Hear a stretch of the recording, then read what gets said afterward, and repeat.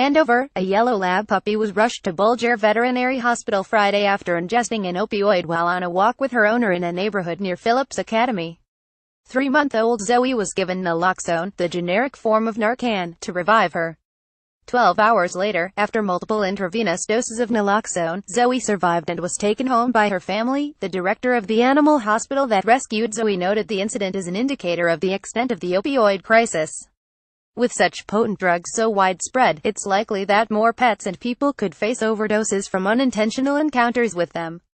According to Christopher Nalikin, the medical director at Bulger Veterinary Hospital, symptoms of opioid ingestion in a pet can be similar to the ingestion of any toxin or many diseases. A few symptoms to look out for include sudden lethargy, a low heart rate, and suppressed breathing. The tough part is these are really the same symptoms from a lot of toxins or diseases, Nalikin said.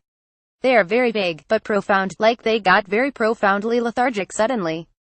Nalikin said that younger dogs often get into more substances than mature animals. A lot of dogs that get into things are often younger dogs, Nalikin said. We often get the toxins in a little more mischievous pets. She warns owners not to make their dogs vomit if they think their pet has ingested an opioid. If they are showing signs they've absorbed it internally, we don't advise making them vomit with this toxin, Nalikin said. If their dog is that lethargic, even if it wasn't an opioid, we still recommend they get their dog to the vet as quickly as they can.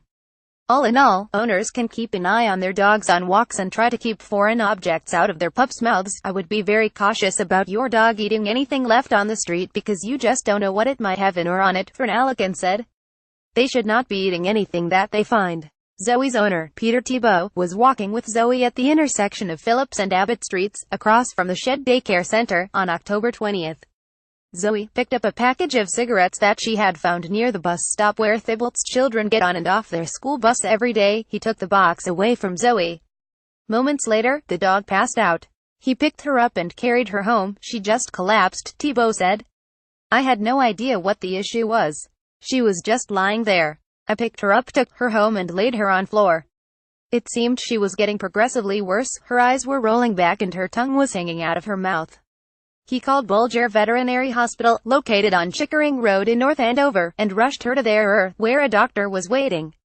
Unsure what Zoe might have ingested or what was wrong with her, after hearing that Zoe had been playing with the cigarette box, the veterinarian gave the puppy a dose of naloxone, the same drug given to reverse the effect of opioids on a human. Naloxone is the same reversal drug we would use in humans to reverse symptoms before a person has died, said Christopher Nalikin, medical director at Bulger.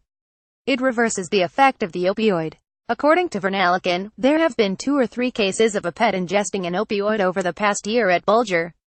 Zoe only needed a few doses of naloxone, and her doctors believe it was likely that she ingested a variation of fentanyl. Heroin would have likely taken longer to leave her system and would have required more drug reversal doses. Given the huge opioid crisis in this country, these cases will be happening more and more frequently, Nalikin said. I don't think people are aware that this is a dangerous thing their pets could get into. We have always seen a lot of marijuana ingestion from dogs. Where you have drugs around, animals can get into them. I am especially concerned about these more potent drugs like fentanyl or heroin. They are more lethal. There could be dogs that pass away before they can be seen. That's true for humans as well. A dog that is given Narcan in time is likely to survive, however, according to Nalikin.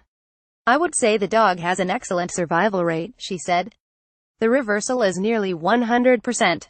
Dogs need to receive several naloxone doses in order to survive, she said, which is why Zoe was in the emergency room for 12 hours. She had to be given numerous doses because it wears off and needs to be re-administered. Nalikin urges owners to be honest to veterinarians if they know what their animal has ingested. Vets are bound by a lot of patient confidentiality rules, and so we always want people to be very forthright in what they think their animal may have ingested, Nalikin said.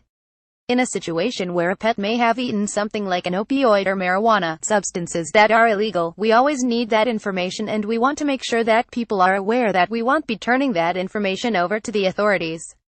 We just need that information to treat the pet. The only time police would be involved is if there was concern about animal abuse or neglect, Nalikin added. Or if the case was involved in an ongoing investigation, then we are required to provide that information to police. Otherwise, the pet's medical care is confidential, and we want to make sure people are always okay telling us when they know that a pet may have ingested something. She saved our dog, Thibault said of the vet who treated Zoe. It's that simple. This doctor was phenomenal. She kept the dog calm, knew right away what the issue was, and prescribed the life-saving medicine. She gave attentive care during recovery, and she followed up yesterday to see how the dog is. It was very sad for us, Tebow added. We moved to a quiet town 3 years ago that is in the grips of an opioid epidemic. It's unfortunate. I never thought this type of issue would hit our family. Tebow was most concerned, however, that the opioid had been near a children's bus stop. That was the first thing that crossed my mind, Tebow said. Our children go there every morning to get picked up.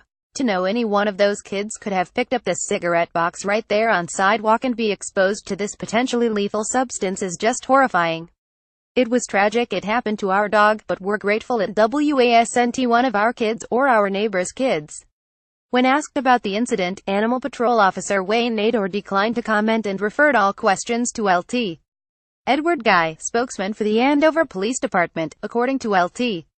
Guy, Animal Control had not been notified of such an incident. Follow Kelsey Bode on Twitter at Kelsey Bode.